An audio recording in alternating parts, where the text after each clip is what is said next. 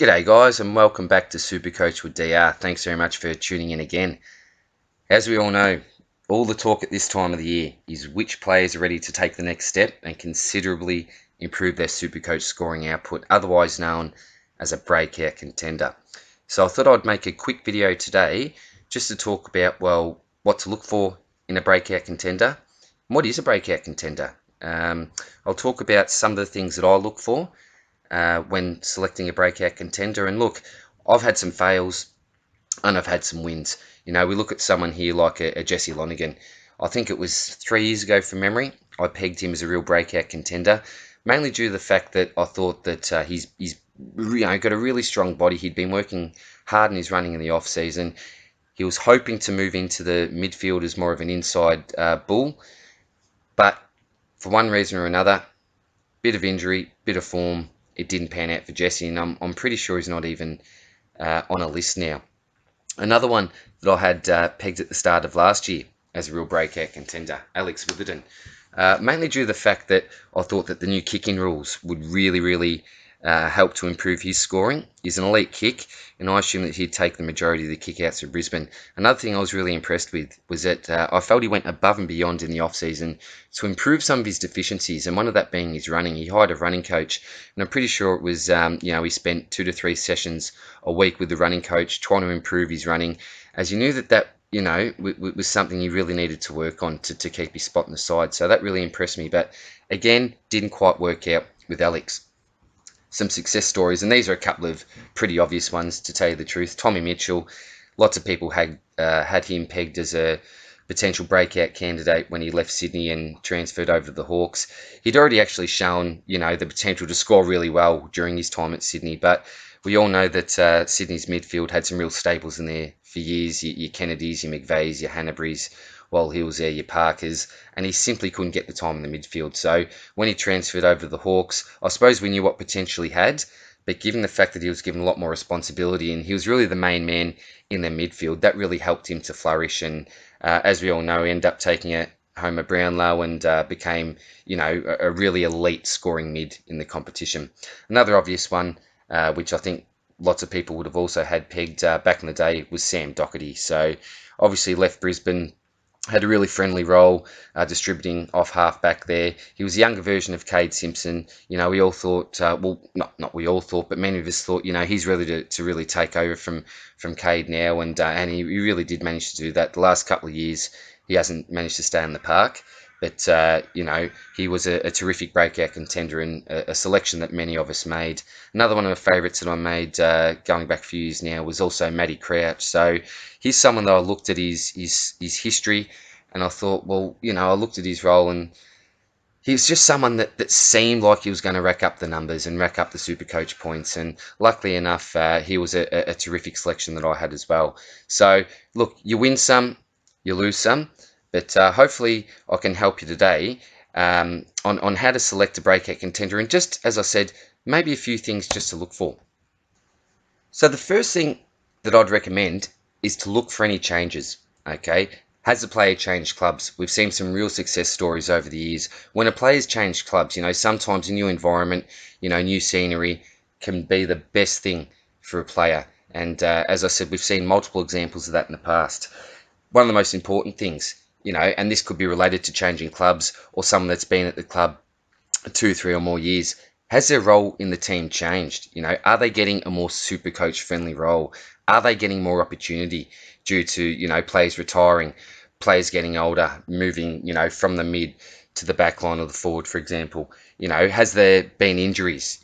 Are there current injuries where there might be a new spot for someone to step into that role, even if it's in the short term? That's something that's really important to look for, is their role. And have they been tracking in the pre-season? Have they had any off-season surgeries? That's something that's a real red flag for me. I generally tend not to start any players that have had any major sort of surgeries in the off-season, mainly due to the fact that can mean that they have a bit of a delayed start when they finally do get back onto the park. And with Supercoach, as we know, it's really easy to get behind the pack. And if you've got a couple of players that are still warming up, when it gets to rounds 3, 4, 5, then you could already be too far behind the pack to make a dent in those overall rankings. So it's really important to see how they're tracking in the preseason? Have they made any improvements to themselves as well? Also important, you must look at their Supercoach scoring history and their patterns. Is their scoring going up, year by year? Okay. And again, this may have a lot to do with their role in the side. Okay. It also may have a lot to do with their age and their body as well. Are they AFL ready? We really, really need to look at a number of things, but there's plenty of tools out there, plenty of places where you can go back and look at their scoring history. You can work out patterns. What's their ceiling like? Okay, have they had those really big games? Are they building towards those big games? Are they a consistent player? How much is their score average gone up by, year by year? And we could be looking at, second, third, fourth, fifth year players here. There's a number of different players, and there's not one type of player that we just look at here when we look at a breakout contender. The next thing is we need to look at their age and scope for natural development. I've recently put together a breakout contender video on my man Hugh McCluggage, and he's someone who I think is coming into that right age bracket, maybe still a little bit young. Who knows? He's certainly not coming to his absolute peak and prime. I think that will probably be another year or two away. But with someone with his talent, as I said, I wouldn't be surprised if he really broke out last year and reached out an elite bracket of mids. So we need to look at their scope for natural development. We look at someone like an Andy McGrath, who some of us have had pegged as a breakout for the last 2 years, and I know he's only midfield eligible this year, but is he someone that's really ready to take his game to the next level just due to his scope for natural development? We know he was an early draft pick. We know he was an elite mid. Is he ready to take that next step? That's just one example there. But look at the age, okay? Are they physically ready? Next, are they going above and beyond to take their game to the next level? I gave you an example of Alex Witherden earlier on. Hey, it didn't work out. But they're things that I look for. Are they thinking outside the box? Are they working on their deficiencies? Look, another quick example. Now, we know that Dunkley has already broken out. He's an elite mid and someone who I've selected as one of my first selections so far going into 2020. But I know that he travelled to America during his break and spent a little bit of time with some professional NFL players. Now, I supposedly, it's a really elite NFL player. I don't follow the NFL at all, so you'll have to excuse me for that. But that really impressed me about Dunkley. And as I said, he's not an example of a breakout contender, but just an example of someone that's trying to take their game to the next level. He's doing the extra training. He's picking these players' brains. How do they prepare themselves? How do they improve, year by year? So that really impresses me, players that are willing to do that and take the time to do that. Number 6, has there been anything that's been holding them back? We've talked about injuries. We look at someone like a Link McCarthy, who really had a breakout year this year, maybe not in terms of Supercoach scoring, but career-wise, he played all 22 games for Brisbane. He managed to stay in the park. He kicked goals. We all remember that Geelong game where he took the specky, won the game for us. He really managed to take his game to the next level, purely, I think, given the fact that he was able to manage his injuries and get on the park. So here's a quick example. Again, not really Supercoach relevant, although he did start at a pretty low price last year. But has injuries been holding him back? Something to look out for. A mental state. Now, I'm someone that purely believes in, all people having their privacy, whether or not you're famous, whether you're an AFL player, you're an actor, you're an actress, whatever you do if you're in the public eye. But if you can get any information on their mental state, it's also really important. We look at players that haven't been happy in the past, like your Jack Martins, your Calamarchi. They now find themselves at Carlton and Brisbane respectfully. Are they ready now to take their game to the next level because they're happier? They're in a place that they want to be at, for one reason or another. And this is not to pick on Gold Coast, but there have been many players from Gold Coast that just haven't been happy. Tom Lynch was another example. Has he taken his game to the next level? Some would say yes. Some would say no, he was certainly elite beforehand. But I think it's hard to argue that his most successful and consistent year was probably last year at the Tigers when he was finally out of the Gold Coast. That consistency, is that being holding him back? Are these players that we're looking at, do they have a great game? Then do they have, a few off games? Are they up? Are they down? Are they a yo-yo? That's something that we need to look at as well as their consistency. Has there been competition for spots? I look at someone that I had pegged last year as a real breakout contender, Connor Blakely. The reason why I thought he was a prime breakout contender is that I thought that he would fill the void that Lachie Neale left when he went to Brisbane. So he's had lots of competition in that midfield in the past. As someone like a Blakely with your Fifes, your Mundys, your Sonny Walters going through there, your Neils, there's been lots of competition there. So he just didn't get the time in there. Does he have the potential? Yeah, I certainly think that he does. And even in that, role off the halfback, he's gone really well, Blakely. But something to look out for. Are they now, and it goes back to number one, has their role changed in the team? Could that be due to the fact that, someone's retired or someone's moved out of a position? There's a vacancy there that they can, fill. That's something we need to look at is competition for spots.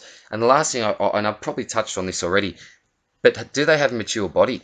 Have they taken a couple of pre-seasons in the gym just to get confident with their body and get AFL ready? We look at, some of the draftees that come through, or Will Gould this year, for example, that got picked up by Sydney. He looks certainly physically AFL ready, without a doubt. You look at someone like maybe a Day from the Hawks, and some people say, yeah, certainly talented, early pick. But is his body AFL ready? I'm not too sure. He may need, those couple of years in the gym. So another one, I'll go back to, a favourite of mine, Hugh McCluggage. If you look at his body, the change in his body since he entered the AFL system to now, and he's just going to continue to get stronger. You look at pictures of him and you go, wow, it's just a complete change of body type with Huey. So that's another thing to look for. Are they AFL ready finally? Has it taken them, a little bit of time to get themselves ready? And finally, last little bit of advice is do your research. There are so many tools, as I said, out there, podcasts, different websites, different blogs. You can go on your fan footy for all your, statistics that you need and many other websites. But do your own research. Certainly listen, to what people have got to say. But it's really important to also crunch your own numbers. Get on the big footy, speak to people that know a lot about other clubs. Obviously you've got your own club that you bag for, and you probably have a good idea about the potential of different players in your club. But go on to the different club forums, ask questions. What's this guy's role going to be like next year? What do you think about him as a supporter of that club? Do your own research, ask questions. That's really, really important, and something that I'd highly, highly recommend to do. So I suppose I'll leave it there, guys. The next idea I've got for a video is to probably use the 2020 picker to produce a breakout team of my own. So certainly not a team that I'll be starting with, but I'll try to select around 22 players that I think could be breakout contenders for one reason or another next year. And go through, some quick profiles on each player. I certainly won't go into any massive detail because I'm sure during the off-season there'll be a few other player reviews on the players that I'll include in my side. But I thought that it might be a nice idea as a bit of a follow-up from this video, just to talk about some names and throw some names out there that I think could be some candidates to really break out in 2020. So again, guys, thanks very much for watching. If you like the video, chuck a like down the bottom. Please give me some feedback and some comments, on maybe some players that you think could break out, or, what you look for in a breakout contender. Maybe something that I've missed. I certainly don't profess to be an absolute expert. I've played the game for years, and I certainly want to, provide others with some of the knowledge that I've been able to pick up during my time from other people and from different sources and just, my own experience. So please, feel free to whack some comments down the bottom, leave them some feedback. And again, hope you enjoyed the video, guys. Thanks for tuning in, and I'll see you in the next one. Take care. Bye.